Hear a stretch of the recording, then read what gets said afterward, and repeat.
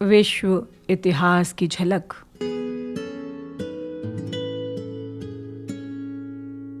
आज सुनिए रोम बनाम कार्थेज। ये है 28वां पत्र जिसे लिखने की तिथि है 5 अप्रैल 1932। अब हम सुदूर पूर्व से पश्चिम की ओर चलें, रोम की तरक्की के सिलसिले पर नजर डालें। कहा जाता है रोम की बुनियाद ईसा पूर्व 8वीं सदी में पड़ी थी। शुरू ज़माने के रोमन लोग, जो शायद आर्यों के वंशज थे, तबरेज़ नदी के पास की 7 पहाड़ियों पर कुछ बस्तियां बसाए हुए थे। ये बस्तियां धीरे धीरे बढ़कर शहर बन गईं और ये नगर राज्य बढ़ते बढ़ते इटली भर में फैल गया, यहाँ तक कि ये सिसिली के सामने वाले दक्षिणी सिरे पर मैसीना तक पहुँच गया। तुम शायद यूनान के नगर राज्यों को नहीं भूली होगी। जहाँ जहाँ यूनानी गए वहाँ वहाँ वो नगर राज्य का अपना ये ख्याल भी साथ लेते गए कि भूमध्य सागर के किनारों पर जगह जगह यूनानी उपनिवेश और नगर राज्य बस गए हैं। लेकिन इस समय हम रोम की इससे बिल्कुल जुदा चीज़ का जिक्र कर रहे हैं। शुरू में शायद रोम भी यूनान के नगर राज्य की तरह ही रहा हो, लेकिन बहुत ही जल्द वो अपने पड़ोसी कबीलों को हराकर फैल गया। इस तरह रोमन राज्य का क्षेत्र बढ़ने लगा और इटली का ज़्यादातर हिस्सा उसमें आ गया। इतना बड़ा क्षेत्र एक नगर राज्य नहीं रह सकता था। इसका शासन रोम से होता था और खुद रोम में एक अजीब किस्म की सरकार थी। वहाँ ना तो कोई बड़ा सम्राट या राजा था और ना ही आजकल की तरह गणराज्य था। फिर भी वहाँ की सरकार एक तरह का गणराज्य था जिस पर जमींदार वर्ग के कुछ अमीर कुटुंबों का प्रभुत्व था। शासन का अधिकार सीनेट का माना जाता था और इस सीनेट को 2 चुने हुए आदमी नामजद करते थे जो काउंसिल कहलाते थे। बहुत दिनों तक तो सिर्फ अमीर लोग ही सीनेटर हो सकते थे। रोम की जनता 2 वर्गों में बटी हुई थी। एक तो कुलपति यानी मालदार अमीर जो आम तौर पर जमींदार हुआ करते थे, दूसरे जनवर्ग जो मामूली नागरिक थे। रोमन राष्ट्र का गणराज्य के कई 100 वर्षों का इतिहास इन 2 वर्गों के आपसी संघर्ष का इतिहास है। कुलपतियों के हाथ में सारी हुकूमत थी और जहां हुकूमत रहती है रुपया वहीं बस जाता है।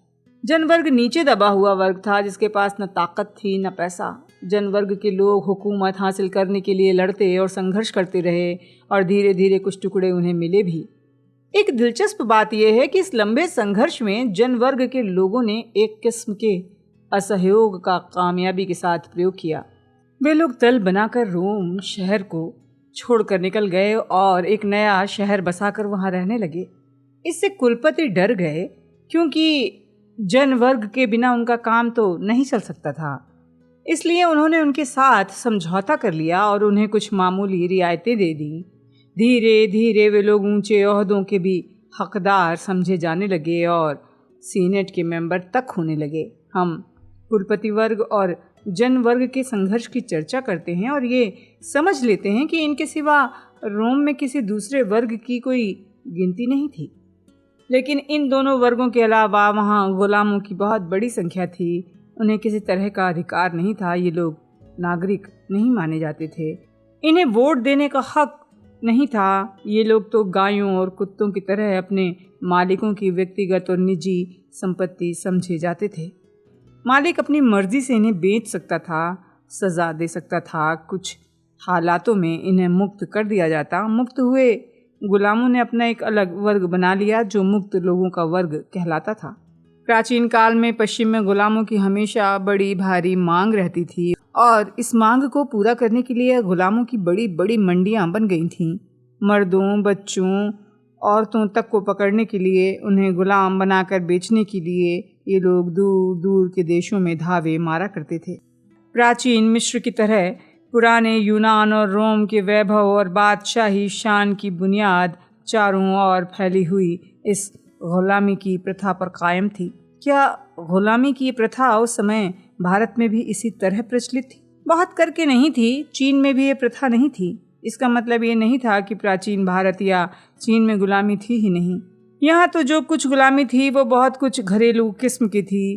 कुछ घरेलू नौकर गुलाम समझे जाते थे। मालूम होता है भारत और चीन में गुलाम मजदूर नहीं हुआ करते थे, यानी ऐसे गुलाम नहीं होते थे जिनके झुंड के झुंड खेतों में या दूसरी जगहों में काम पर लगाए जाते हों।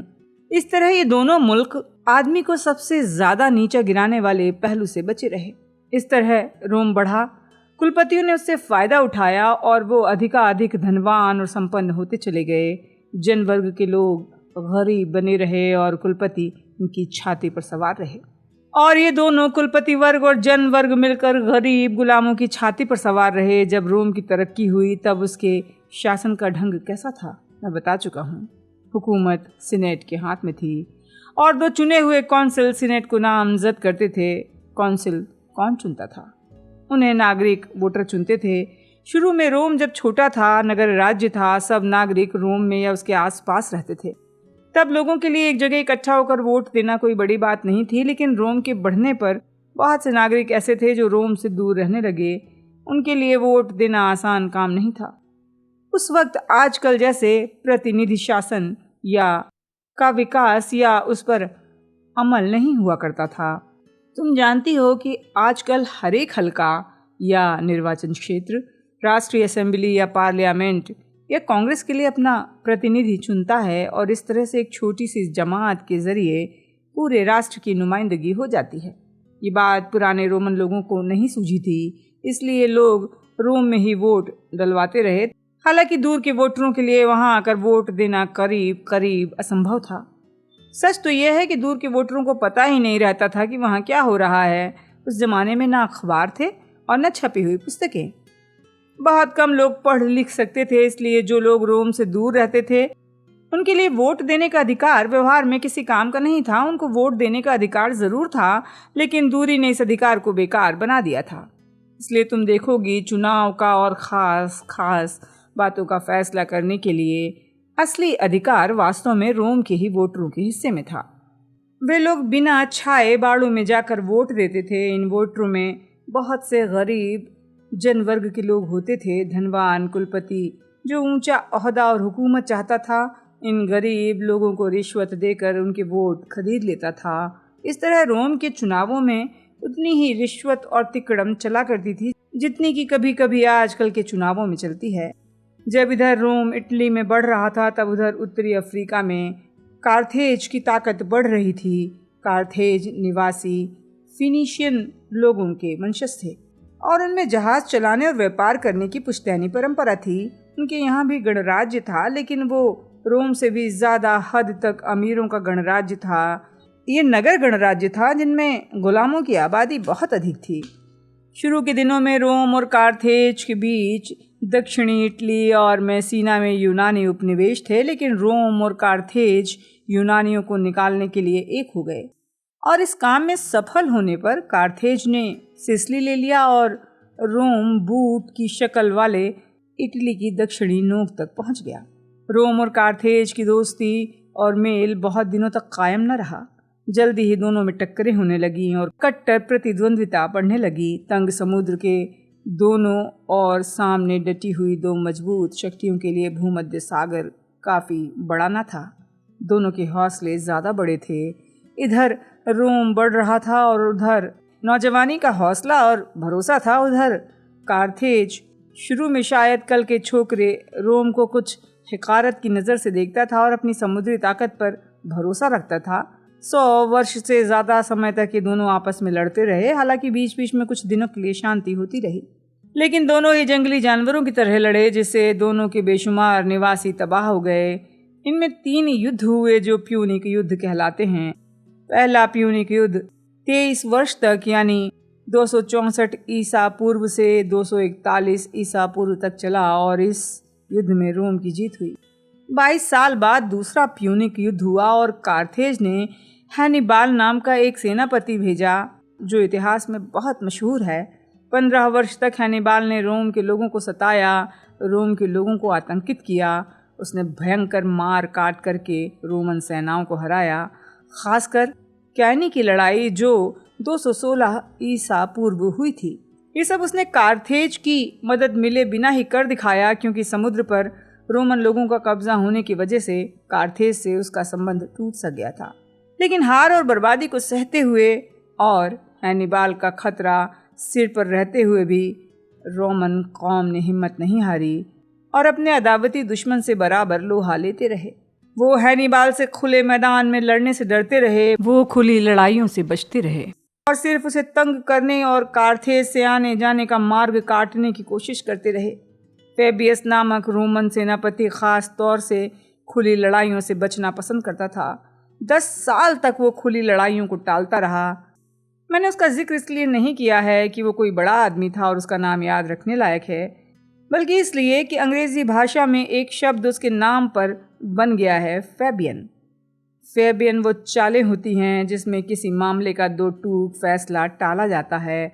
इस नीति पर चलने वाले लड़ाई या संकट को टालते रहते हैं और धीरे धीरे घुला घुला कर अपना उद्देश्य हासिल करने की उम्मीद लगाए रहते हैं।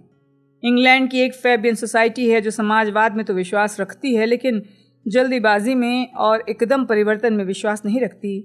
हैनिबाल ने इटली के बहुत बड़े हिस्से को वीरान कर दिया, लेकिन रोम की अटल कोशिश और अडिग हठ ने अंत में विजय पाई। ईसा पूर्व 202 में जामा की लड़ाई में हैनिबाल हार गया। वो जगह जगह भागता रहा, लेकिन वो जहाँ गया वहीं रोम की ना बुझने वाली नफरत उसका पीछा करती रही और अंत में वो जहर खाकर मर गया। रोम और कार्थेज में 50 साल तक सुलह रही। कार्थेज को काफ़ी नीचा दिखा दिया गया था और रोम को चुनौती देने की उसमें अब हिम्मत नहीं थी।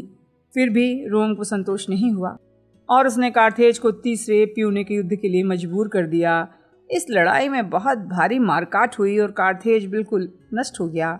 सचमुच जिस जमाने पर किसी समय कार्थेज की अभिमानिनी नगरी भूमध्य सागर की रानी खड़ी थी, उस पर हल चलवा दिए गए।